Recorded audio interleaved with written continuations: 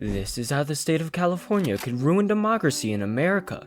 I'm not joking. This is actually what we're going to talk about today. Now, you may be asking, why do you say that? Well, my sweet summer child, it is because of one simple thing, called the Electoral College.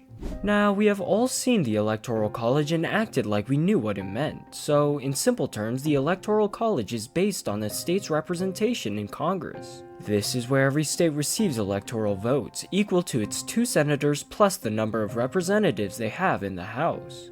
But what determines how many representatives a state will have?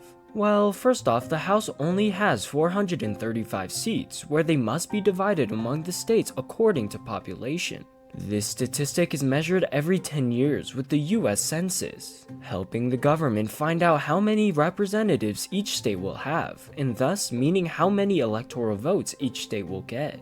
States that gain population can gain House seats, while states losing people can lose House seats. This system ensures that shifts in population across the country directly affect presidential elections. So, how does California play into all of this? Well, that is because California has long been the nation's population giant, where they currently hold 54 electoral votes, which is the largest number out of every other state.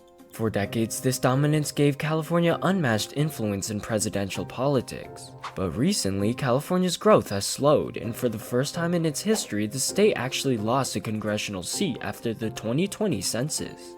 If its outmigration trend continues, California could lose additional seats and electoral votes after the 2030 census. That shift would weaken its long-standing power in the Electoral College and redistribute influence to faster-growing states. While this is true, that also means that other states may be gaining voters from different demographics that they are used to.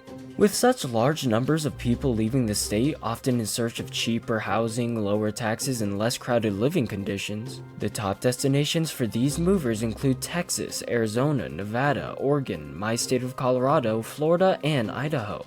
These population flows matter politically because they boost the growth of the receiving states. When a state's population increases significantly like this, it can gain more House seats and electoral votes during the reapportionment.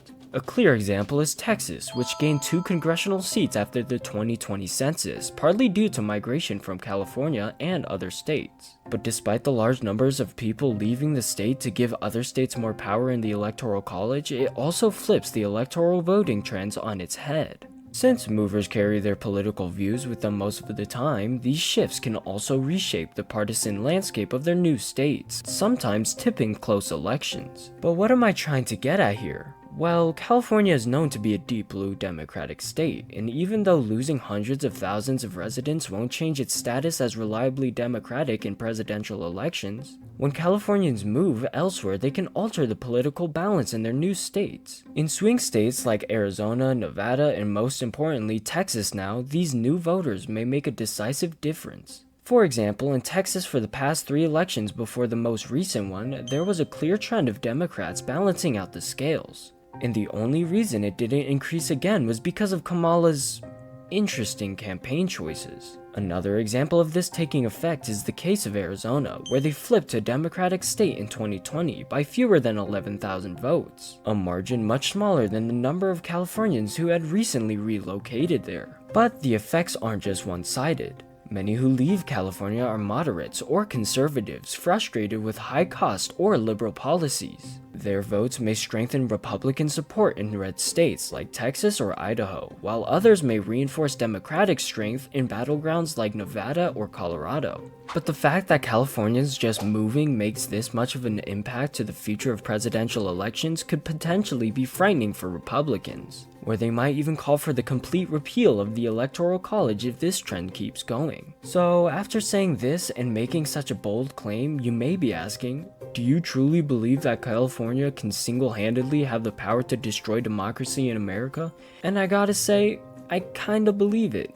Even though it could be way too early to call, if Trump does bad during his term, housing continues to increase, or anything else terrible happens in the state of California, then those trends of states becoming blue due to Californians migrating may start increasing again, which may make presidential elections closer, more competitive, and less predictable in decades to come. But getting my opinion out of the way, I want to see what you guys think after watching this video, and whether or not you believe California will disrupt the future of democracy in America. Anyway, I'd like to thank you all for watching. Please like and subscribe, Poppy, and I will see you in another episode.